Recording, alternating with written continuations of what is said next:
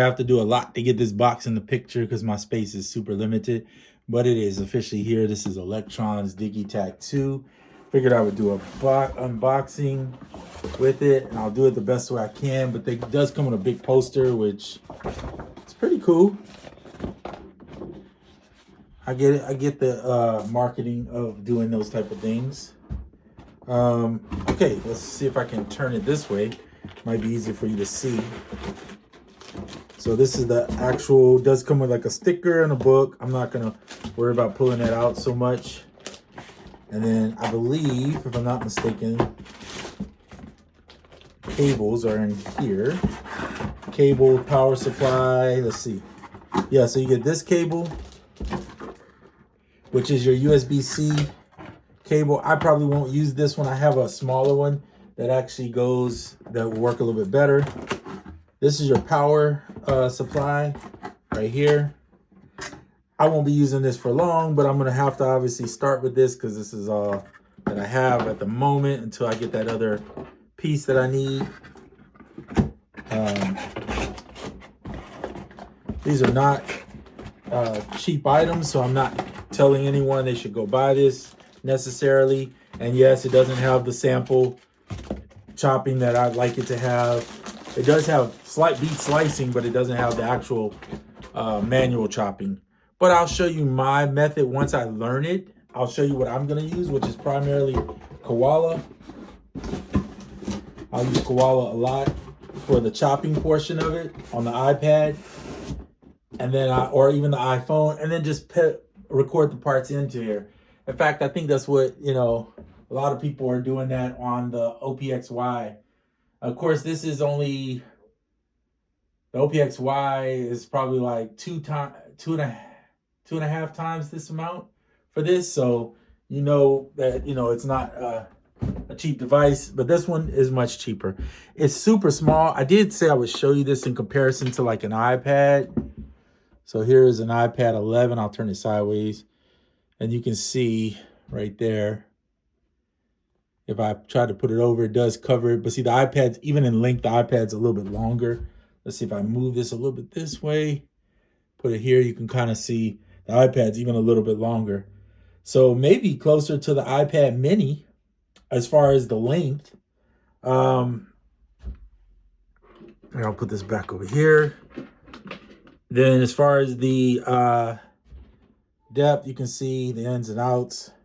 It's cool that, you know, it has the MIDI here, so I can plug in a MIDI, but it also has the in and out and a headphone. So this is nice because I could actually use this as an audio interface. Send in the iPad or whatever directly into here. Let this portion here go out to the computer. And I told you I have a cable. I'm going to show you that cable. I don't know why in this day and era they are not putting cables, like instead of putting the USB to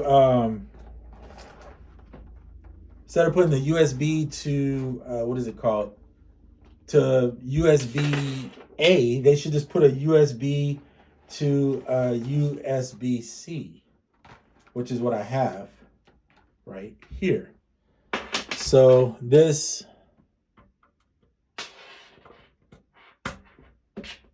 boom, it's shorter, USB-C right there. So I don't have all the long cable just sitting all over the place.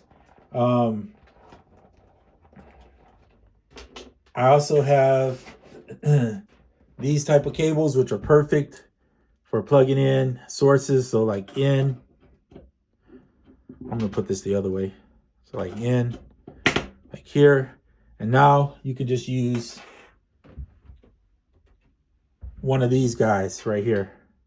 Now, what's also cool is if you want to go out, obviously the USB-C is the best way to go out, but you could go out from here if you want it into the iPad because you have two outs and you have the headphones. So having those options to me are actually really nice.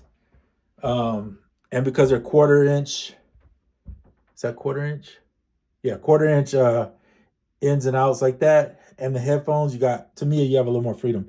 Now, I have not updated this, so I will be doing that first before I actually demo it. I'm not gonna turn it on this video just because of that. If you've never used one before, there's a ton of people online that have them, but this is a step sequencer. It's not like an MPC or anything like that. So don't expect velocity sensitive keys. Though there are ways on here you can adjust the velocity, and you can plug a controller into it and use that to do the velocity, I believe. So, but otherwise, don't expect that. And I'm not, because that's not how I would use this.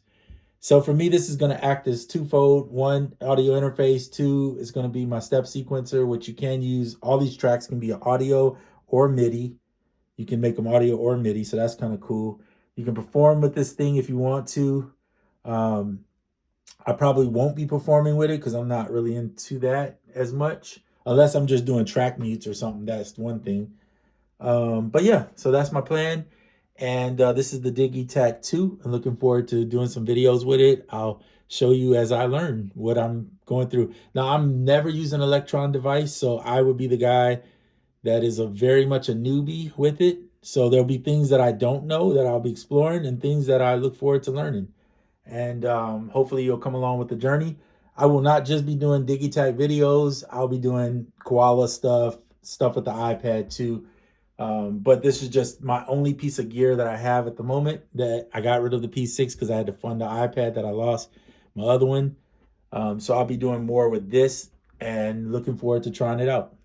All right, guys, have a good one. I'm out.